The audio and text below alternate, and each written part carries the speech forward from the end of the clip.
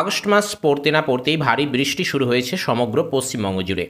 বর্ষার প্রথম পর্বে বৃষ্টির যথেষ্ট ঘাটতি থাকলেও বর্ষার দ্বিতীয় পর্বে সেই ঘাটতি কতটা পূরণ হবে, কেমন যাবে আবহাওয়া, আজকের এপিসোডে সে ব্যাপারেই বিস্তারিত আলোচনা করব। গত শুক্রবার সারা দিন ধরে বৃষ্টি হয়েছে শহর কলকাতা এবং তার পার্শ্ববর্তী জেলাগুলিতে। দক্ষিণ পশ্চিম মৌসুমি অক্ষরেখা বর্তমানে পুরুলিয়া এবং সাগর দ্বীপের ওপর দিয়ে উত্তর পূর্ব বঙ্গোপসাগর পর্যন্ত বিস্তৃত হয়েছে, আর তার জেরেই সমগ্র পশ্চিমবঙ্গ জুড়ে বৃষ্টি হচ্ছে।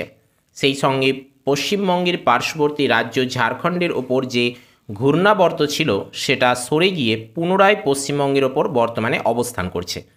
তাতে করেই আগামী দিনগুলিতে ভালো বৃষ্টিপাত হবে বলে জানা যাচ্ছে আবহাওয়া দপ্তর থেকে। লক্ষ্য করার বিষয়, কেবল কলকাতা নয়, বেশ কিছু জেলাতে বিক্ষিপ্ত এবং ভারী বৃষ্টি থেকে অতি ভারী বৃষ্টি চলবে। দক্ষিণবঙ্গের জেলাগুলিতে আগামী বেশ কয়েকদিন ভারী বৃষ্টির সতর্কতা জারি করেছে আলিপুর আবহাওয়া দপ্তর। শনিবার এবং রবিবার পুরুলিয়া, পশ্চিম বর্ধমান, মুর্শিদাবাদ এবং বীরভূমে ভারী বৃষ্টির সম্ভাবনা রয়েছে। অন্যদিকে উত্তরবঙ্গে টানা বজ্রবিদ্যুৎ সহ বৃষ্টির পূর্বাভাস দিয়েছে আবহাওয়া দপ্তর। শনি ও রবিবার ভারী বৃষ্টি হবে জলপাইগুড়ি, দার্জিলিং, কালিম্পং, উত্তর দিনাজপুর। অপরদিকে আলিপুরদুয়ার এবং কোচবিহারেও ভারী বৃষ্টির সম্ভাবনা রয়েছে আগামী সোমবার পর্যন্ত। তারিখ এবং 4 তারিখে দক্ষিণবঙ্গের সব জেলায় ফেয়ারলি হোয়াইট স্প্রেড রেনফল হওয়ার সম্ভাবনা আছে এবং উত্তরবঙ্গতে আপনার হোয়াইট স্প্রেড রেনফল হওয়ার সম্ভাবনা আছে। আর 5, 6, 7 আগস্টে পশ্চিমবঙ্গের সমস্ত জেলাতে হোয়াইট স্প্রেড রেনফল হওয়ার সম্ভাবনা আছে। এবারে কতগুলো সতর্ক, মানে যেগুলো হেভি রেনফলের যে ওয়ার্নিং সেগুলো হচ্ছে এরকম, যেমন আজকে ভারী থেকে অতি ভারী বর্ষণের সতর্কবার্তা আছে দক্ষিণবঙ্গের অনেক জেলা। সেগুলি হলো বীরভূম, পূর্ব পশ্চিম বর্ধমান, বাঁকুড়া, হুগলি, উত্তর এবং দক্ষিণ 24 পরগনা। বেশ কয়েকদিন ধরে চলছিল তীব্র দাবদাহ, তারপর একটানা বৃষ্টি। যদিও প্রথম দিকে বৃষ্টি সেভাবে হয়নি, তীব্র গরম ছিল, তবে ইতিমধ্যে আমরা দেখতে পাচ্ছি গত বুধবার রাত থেকে এই বৃষ্টি শুরু হয়েছে, যা একটানা চলছে এবং তা আরও বেশ কয়েকদিন স্থায়ী হবে বলে জানাচ্ছে আলিপুর আবহাওয়া দপ্তর। বিক্ষিপ্তভাবে ভারী বৃষ্টি হবে রাজ্যের বেশ কয়েকটি জেলায়, যার মধ্যে রয়েছে হুগলি, যার মধ্যে রয়েছে পূর্ব বর্ধমান, যার মধ্যে রয়েছে পশ্চিম মেদিনীপুর। ভারী বৃষ্টির সম্ভাবনা রয়েছে কলকাতা সহ দক্ষিণবঙ্গের বাকি জেলাগুলিতেও, হাওড়া, উত্তর ও দক্ষিণ 24 পরগনা, পূর্ব মেদিনীপুর, পূর্ব বর্ধমান এবং বাঁকুড়াতেও। এর পাশাপাশি উত্তরবঙ্গে রবিবার পর্যন্ত ভারী বৃষ্টির সম্ভাবনা দেখিয়েছে। এদিকে প্রাকৃতিক দুর্যোগের কারণে রাস্তাঘাটে লোকজনও খুব কম চোখে পড়ছে। রাতভর বৃষ্টি হচ্ছে ডায়মন্ড হারবার এবং কাকদ্বীপে। দিনভর বৃষ্টির পূর্বাভাস রয়েছে।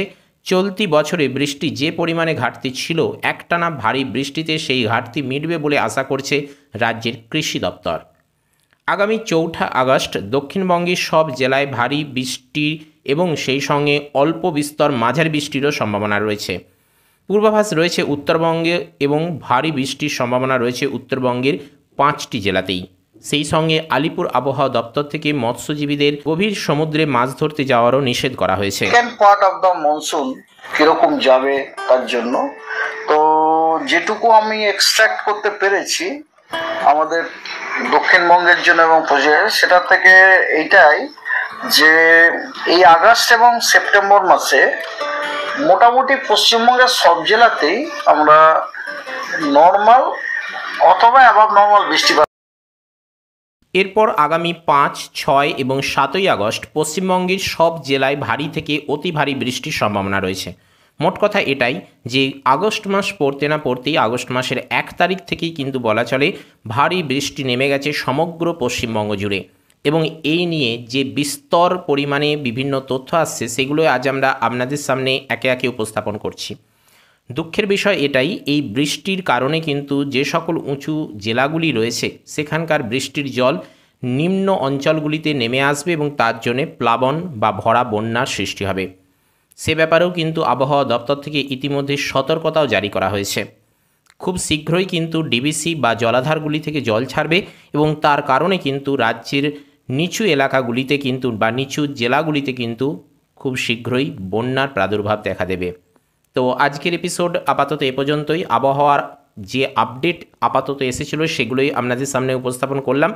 ভিডিওটি ভালো লাগলে লাইক করবেন, প্রয়োজনীয়দের সাথে শেয়ার করতে পারেন। আর চ্যানেলে নতুন এসে থাকলে কিংবা পুরনো ক্যান্ডিডেট এখনও পর্যন্ত সাবস্ক্রাইব করে না থাকলে অবশ্যই সাবস্ক্রাইব করে অল নোটিফিকেশানটি অন করবেন।